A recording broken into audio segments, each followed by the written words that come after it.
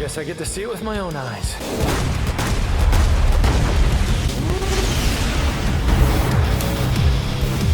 Jackpot. Devil may cry. What's going on, guys? RBG here, hitting you with another Devil May Cry 5 video.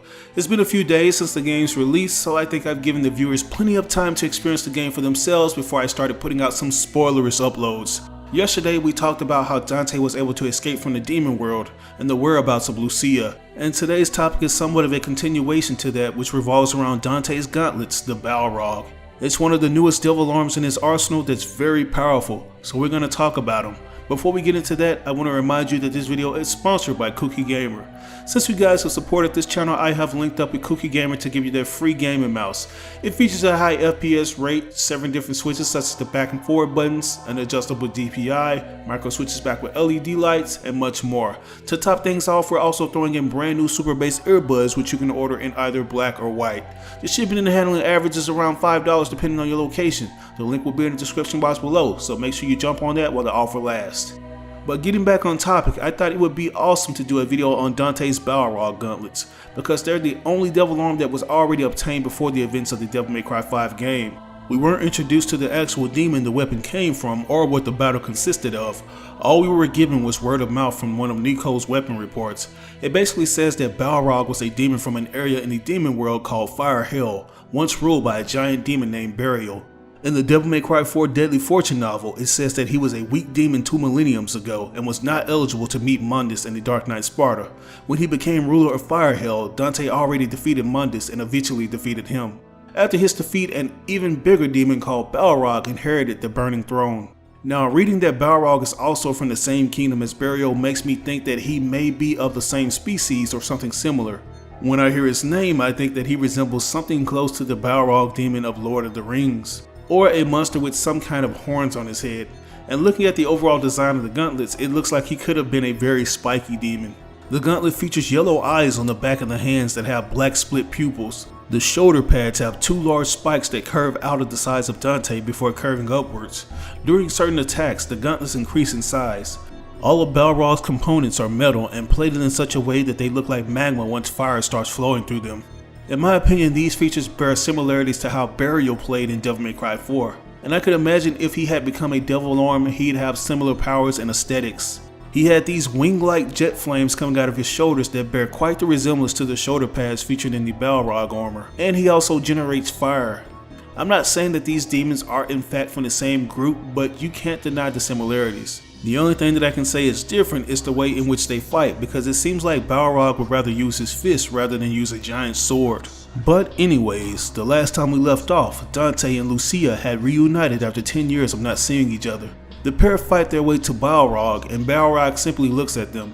Dante asks if he's shy, and Balrog replies with, "So you finally came." Dante then asks if he was waiting for them to appear, and Balrog indeed says that he believed that if he waited here, eventually a person of strength would come to him. He takes a step towards Dante and Lucia, which is enough to shake the ground. During the conversation, Dante experiences a familiar sensation nearby. Balrog says that after losing his partner Argosax, he has grown bored, but now he has a new power. Dante sees something glimmering in his fist and recognizes it. It's a shard of the Yamato. It seems that when parts of the Yamato scatter, a part remained in hell. It seems that Balrog used a shard of the Yamato to enter into the human world. Dante speculates that Balrog had been using the shard to travel between worlds and believes that his escape from the demon world was largely due in part to Balrog's use of the sword shard. Yamato was once used to seal demons away, now it is helping demons escape from it. Several years prior, the Order of the Sword collected fragments of Yamato to fuel their ambitions, and this is how the Fortuna incident occurred. Knowing how dangerous his brother's sword can be if in the wrong hands, Dante grabs Rebellion and readies himself for battle. Balrog lets out a massive yell, but Dante is unfazed by it. He tells Lucia that this is his job and jumps at Balrog, attacking him in his fist. Lucia sits back and observes as the two duke it out. Balrog seems to be enjoying himself and doesn't even get angry when Dante dodges his attacks. While observing the fight, Lucia clenches her fist and contemplates how weak she feels compared to Dante.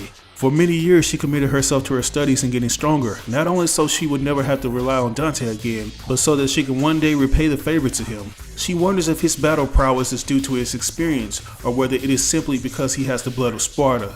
The fight between Dante and Balrog heats up literally as Balrog's fire causes trees and abandoned houses to catch on fire. Dante asks Balrog why he likes fire so much since it's so commonly used. Balrog says that his fire is unprecedented and goes to punch Dante with a burning hot fist. The punch collides with the ground and causes a cloud of dust to appear. Lucia reflexively calls Dante's name, but as the cloud of dust disappears, she sees that he's protected by a transparent wall. Lucia sees him holding a three-pronged nunchuck. It's the tripartite ice devil arm, Cerberus, a weapon that Dante hasn't used in over 20 years.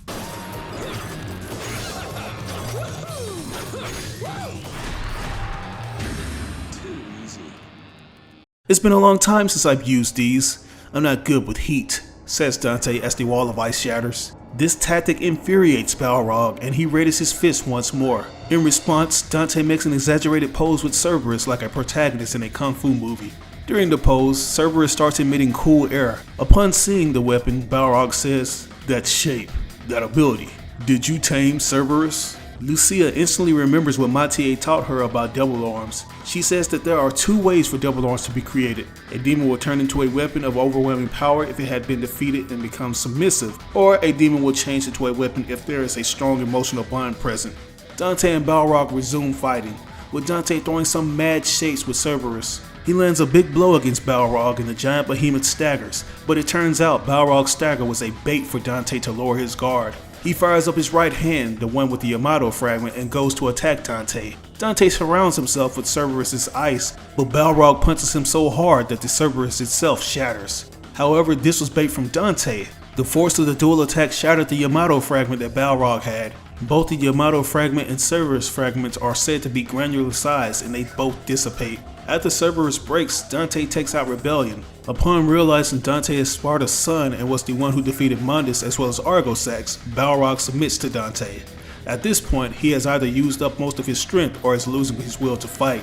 He says he understands the difference in their strength and accepts Dante as the winner. Dante is suddenly surrounded by a whirlwind of flames. Balrog says that he will allow Dante to use him as a double arm. He says that fighting with Dante will allow him to power up and then one day they can have a rematch. This seems to be the lore explanation of Balrog's ignition mechanic in the game. This allows the weapon to light up on fire and deal additional fire damage to enemies. The whirlwind disappears and Dante is standing with Balrog equipped. He replies, "Jeez, what a selfish guy, didn't even wait for me to reply." Lucia asks if he's okay and he shrugs and says, "These things happen to me."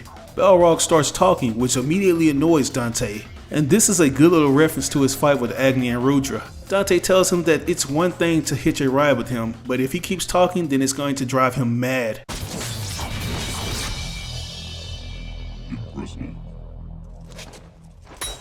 No talking. Good. Lucia can't help but smile at the exchange between Dante and this new weapon. She becomes lonely at the thought of the job ending. She realizes that Mathieu saw through her all along. The reason why she didn't want to see Dante again was because her heart longed for him. Lucia calls Mathieu a meddler out loud, and Dante replies that she's a good mother irrespective of there being no blood link. He says Lucia's name out loud and she becomes excited, but he begins talking about the fragment of the Yamato in Balrog's hand, which disappoints her. He explains how the fragment allowed demons to travel through, and he tells her that if an incident like this happens again, she can call him. Lucia tries not to read too deeply into it and nods. She recognizes that the fragment Dante destroyed must have been very important to him. While Dante offers her for his help again if demons appear on the island, Lucia vaguely comments of Dante's obliviousness towards her feelings and bids him a farewell. And that's pretty much it for the explanation behind how Dante gained the Balrog double arm. This was an awesome story that I can actually see as a cool mission in the game. Balrog seems to be a demon that loves fighting and has a code of honor. In a way, it shows that he respects Sparta and has even more respect for Dante after being defeated by him. Another thing that I like is how the story shows that Lucia has strong feelings for Dante. I always thought that the two could have made a good couple in DMC 2, but I gotta admit I only thought that because of Dante's stoic personality in that particular game. The new version of Dante has too much of a devil-may-care attitude and doesn't seem like he has plans of settling down anytime soon, especially with all his financial woes. He's too busy trying to keep the lights on in the Devil May Cry shop. But nonetheless, this was an excellent read from the Devil May Cry 5 novel Before the Nightmare. I gotta thank the good people on the DMC5 info Twitter page for putting in all that effort and time to translate it for us. Currently, the novel is only in Japanese and there are no plans to have it localized over in the States. But with that, I would like to end this video. What do you think of Balrog's story? Do you think he put up a good fight against Dante?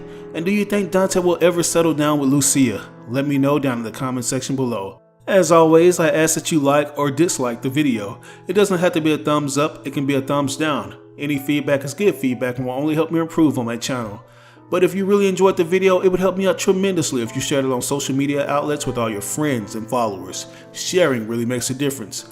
But with that, this is your boy RBG signing out on another video. I'll catch you guys later. Peace out.